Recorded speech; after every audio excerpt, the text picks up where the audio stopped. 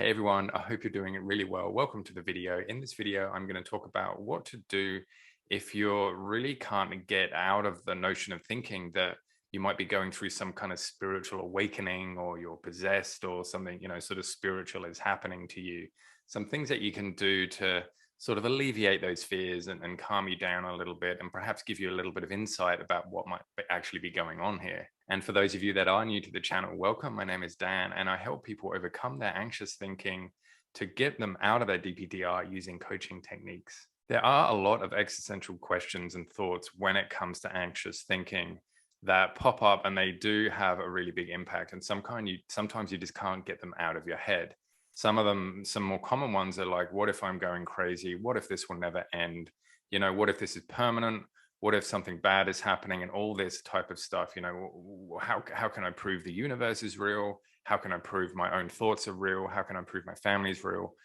All this type of stuff. Like, these are very, very common things. And usually when you're not anxious, you don't even think about this stuff. Or even if you do think about it, you don't care about it. Obviously, it becomes an issue when you start to really engage with these thoughts, to really think about them. And worst of all, when you really try to answer them, it sort of makes you go down on a bit of a spiral.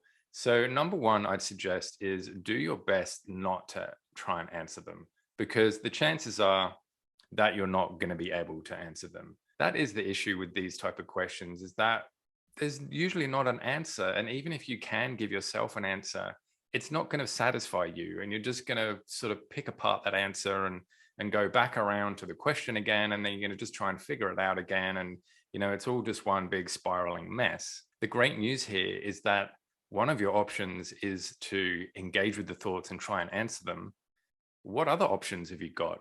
Well, you could not engage with the thoughts and not answer them. You could give them a generic answer like, well, I don't know.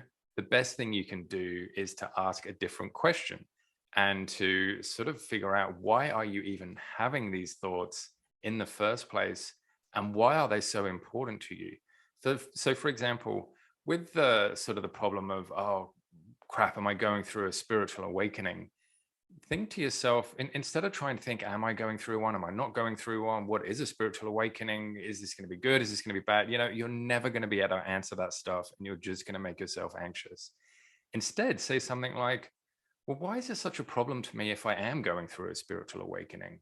Why is it such an issue for me if this is happening right now? And now you're getting to the real things. And now you can start to dive a little bit deeper. In my experience of helping people, the problems that they say that they're having are usually almost always just surface things. And you really need to go down a few layers to figure out what's really going on.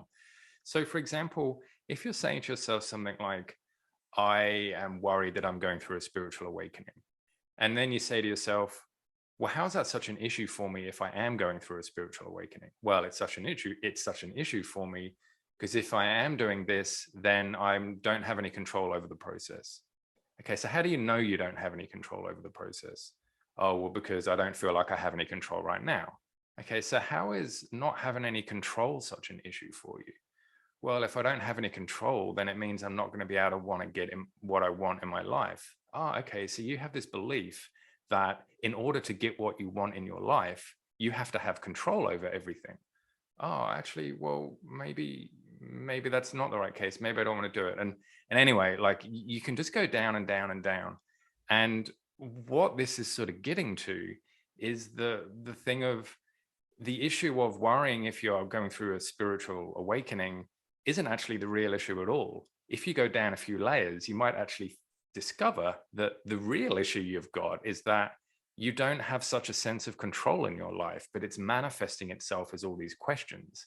And that's what I mean about don't try and answer these questions or avoid trying to answer them, because one, you're probably not going to be able to do it. Even if you do answer it, you're not going to be satisfied about it.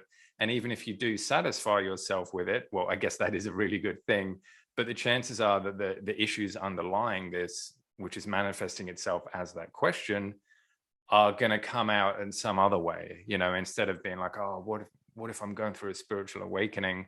Maybe it'll come out as something else, as like, oh, what if this is me changing as a person? That type of thing.